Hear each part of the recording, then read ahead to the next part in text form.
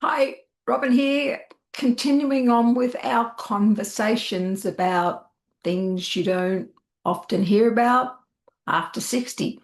I'm going to put a caveat on that and say after 50 even, because that's where I am right now, late 50s, and these are all things that are already coming up for me.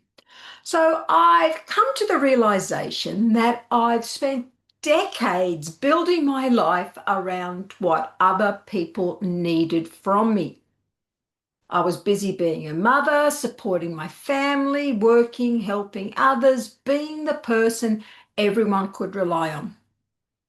And then one day I stopped and asked myself a question I'd never really had time to consider before. What do I actually want now? Not what everyone else needs from me, not what I should be doing, but what do I want? Now, that question was both exciting and unsettling because when you've spent decades living through your roles, it's surprisingly difficult to separate who you are from what you do. Now, I don't think enough people talk about what happens when the roles that have defined your life begin to change.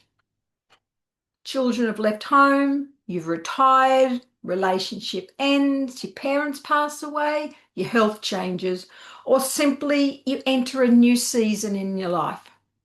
Now, from the outside, it can look like freedom. But on the inside, it can feel like you've lost part of yourself. Now, many people call it an identity crisis, but I don't think that's actually true. I think it's an identity transition. It's not that you've lost yourself, it's that the version of who you lived through those roles has completed her job.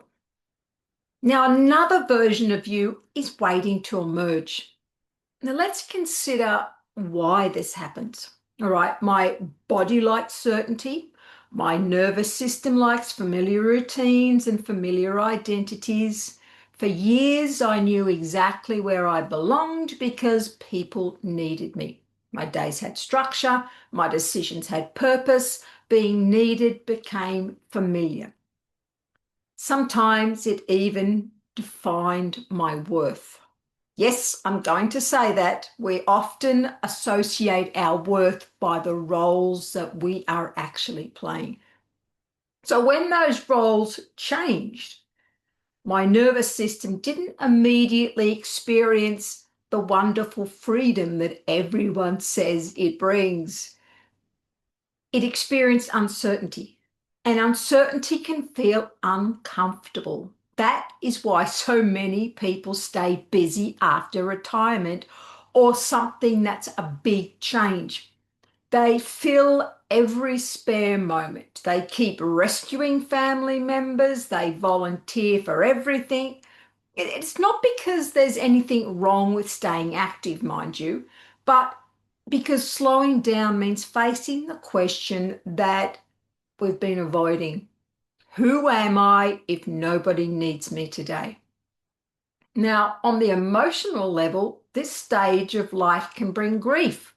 Now we had a bigger look at that last week. Now, not because the grief because the job's ended or because the children have left home, but because a version of me has come to an end.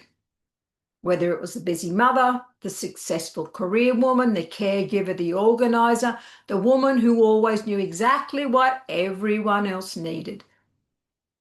Grief isn't a sign something's wrong, it's how I honour a chapter that mattered. Now, every role I've played has shaped me. I am the sum of all of those parts of my lives that have preceded where I am now. But none of those roles defines who I truly am, because I am so much more than that. Now, on an energy level, this is where I often see the solar plexus and the heart chakras working together. The solar plexus asks, who am I when I'm no longer providing my worth by what I do? The heart asks, can I still love and value myself when nobody's asking me to give more? Now, those are both very valid and powerful questions because for many of us, our energy has been flowing outwards for decades. Now, life is inviting us to bring some of that energy back home, not out of selfishness, but out of wholeness. Now, this is where the soul asks a completely different question. Not what do I have to do next, but what am I here to express now? Purpose isn't something I have to chase. At one stage, my purpose may have been raising children, at another, building a career. Now, my purpose may be mentoring, creating, starting a whole new learning journey, healing, sharing my wisdom, living with greater presence. The soul isn't asking me to recreate my old life. That's gone. That chapter has finished. We are now opening a brand new one, and it's inviting me to create one that reflects who I am today. Now, if I keep trying to recreate the life I had 20 years ago, I stay attached to an identity I've already outgrown. I spend my energy trying to become someone I no longer am. Instead of discovering the woman I'm truly now becoming. And that can be exhausting because my role is not my identity. My role is something I do. My identity is who I choose to be. That's a very different conversation. So instead of asking, what should I be doing now? I want you to consider asking, who am I becoming? Because that one question can change your whole focus. It shifts from the external expectations to the inner alignment. It's giving yourself permission to do your own work, to be in your own energy, to spend some time on yourself. It allows me to stop measuring my value by how useful I am and start measuring it by how authentically I live. Maybe this next chapter isn't about replacing my old role. Maybe it's about finally meeting the version of myself who never had the space to fully emerge. The woman who has gathered decades of experience, who has survived heartbreak, celebrated joy, made mistakes, learned hard lessons, built resilience, built wisdom. That woman isn't finished. In many ways, she's just getting started. All right, so here's something I've started asking myself, and I invite you to do the same thing. Take a journal and write this question at the top of the page.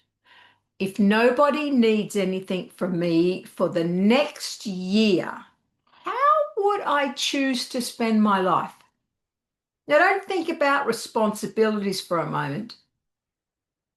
Think about contribution. Think about what brings you joy, what lights you up. Think about the kinds of person you want to become. And then notice what your body does. Does it feel lighter? Does something spark inside you? Or do you notice fear? Because you've never given yourself permission to ask this before. Now, there are no right or wrong answers, only honest ones. Today, I want to leave you with one final question. If every label you've carried for years disappeared tomorrow, who would still be standing? Now, sit with that question. Don't rush to answer it. Let your body respond. Notice the emotions that surface. Listen to what your soul is quietly whispering. because your next chapter doesn't need another role. It needs the real you. And perhaps this isn't the end of your purpose. It's the beginning of the most authentic version of it. Now, if you're enjoying these conversations or think there's someone who would benefit from hearing this, then please like, subscribe, and share. I would love to see some comments. And it really helps me, helps the channel grow, helps the channel be found. So I very much appreciate your presence here today, and I hope this has been a contribution to you in the conversations that are coming up. Thank you for being present, and I'll catch you on the next video.